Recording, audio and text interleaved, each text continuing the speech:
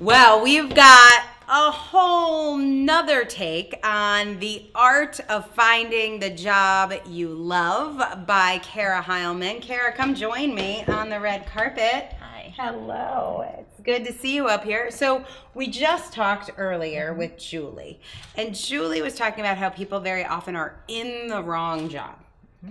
And then what happens is they figured out what they want to do, but they need to find a new job. Right. And thus begins the job search, the long, painful search. This is what mine looked like. Send 100 resumes a day, get no responses except from automated systems saying your resume has been received. So The Art of Finding a Job You Love is an unconventional guide. You're an unconventional leader to work with meaning. Mm-hmm.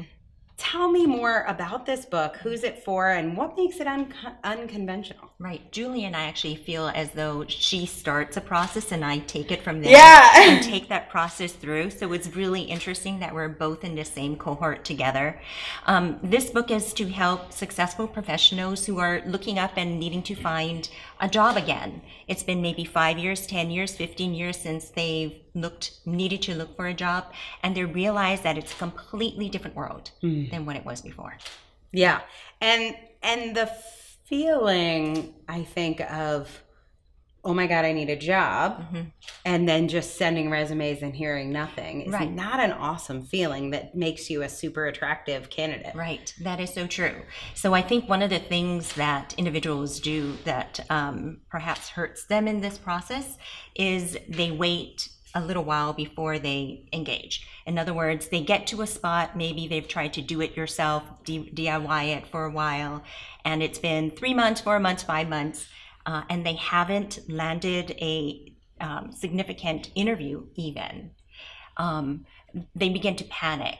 So on the other hand, when individuals like Kevin is someone that I was working with recently, he knew he was leaving and he said, hey, let's get together and let's figure this out so that as soon as I leave the organization, I'll land somewhere. And sure enough, he was in a completely different space than when you're 6 months into it and you really haven't even savings is dwindling. Yeah, nobody's writing back. Right.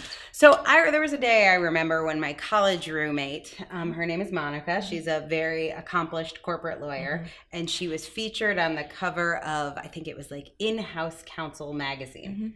And there was her picture on the cover of this magazine, and I remember somebody saying this thing, oh, now she can write her own ticket. Oh. And I thought, well, that's a lottery. Like, that's the lottery I want to win. I want to be able to write my own ticket in my career. But I think people feel like that just comes by getting a lucky break and ending on the cover of a magazine, or you end up being part of the team that, I don't know, invents the newest Uber or whatever, and then you get to write your own ticket. So is that a myth, or can you write your own ticket even if you didn't win some job lottery? What I find fascinating when I talk with folks is that because I work with successful professionals, they think all that they've done is just so normal. It's like, I'm just doing what I'm told to do. So there's this individual, his name is Manuel, and he was coming out of the military. This incredible story. So we were crafting what his story would be in an interview, and I said, okay, tell me about some of your achievements. Manuel said, I don't know, I just followed orders. I was in the military, and I just did whatever my commanding officer said to do. And then I said, okay, I asked in a different way, what about something you were proud of? He goes, oh, well, I established a hospital at a prison. I went, what do you mean? I know.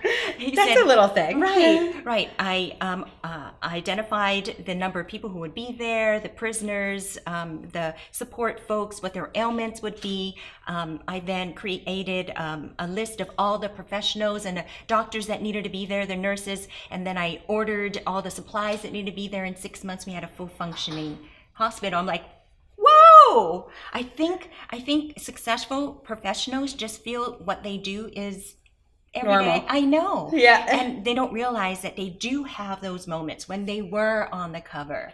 And if we could I think just it's hard to those see out. for yourself, Yeah, too. it is. Like, it's sort of like aging. You just look in the mirror every day, it looks normal. Then you look at a 10-year-old picture and you're like, oh, yeah, I look pretty good then. Yeah. Exactly. So, okay, I'm going to ask you a question from one of our viewers here.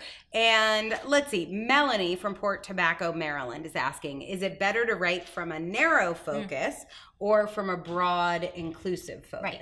I wanted to write from a broad, inclusive focus. I wanted to create this book that would help every single person in the entire world. Ever looking for a job, Yeah, ever. ever. Right. And I realized how very unattractive that book would be. And with your help to narrow down an incredibly narrow focus. And in fact, the most amazing thing is when I made it more narrow, it became more attractive to more people.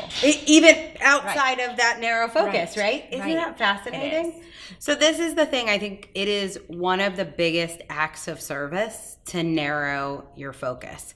And it doesn't feel that way. It feels like sometimes like somebody's hands around your neck saying like, oh, I have so much to share. I want to share all of it. But when you are more focused, you are more visible. So that is what I would say. Janice says, when you're trying to figure out who your ideal reader is, do you choose an actual person or create one in your imagination? Janice, I'll say that you can do either as long as it's vivid, but I want to share a little bit about your ideal reader. He's all one of our favorites. We all feel like we know him so well. Yes, my ideal reader, his name is Barney, and he is A real person. A real person. And how did that help you, having like a real person? Well, I chose someone that I just absolutely love and adore. So it's as if I was writing this book to him, like writing a love letter to this individual. And I thought it would take me many, many weeks to write this book. And it actually took me 3 days because I just thought of him and everything just flowed. That is the magic of writing a love letter to your ideal reader. And here's the thing, you will find a message in this, even if you're not looking for a job. I encourage you, get Cara's book, The Art of Finding a Job You Love. You can get it for free right now. Links on the screen. Share it with at least one person. Even if you're not looking for a job, I know that you are going to love this book, and you'll see what it feels like when an author is talking from a place of love and true service. And that's something you might be able to incorporate into your book. So thank you, Thank you Cara. very much. Great job on your book.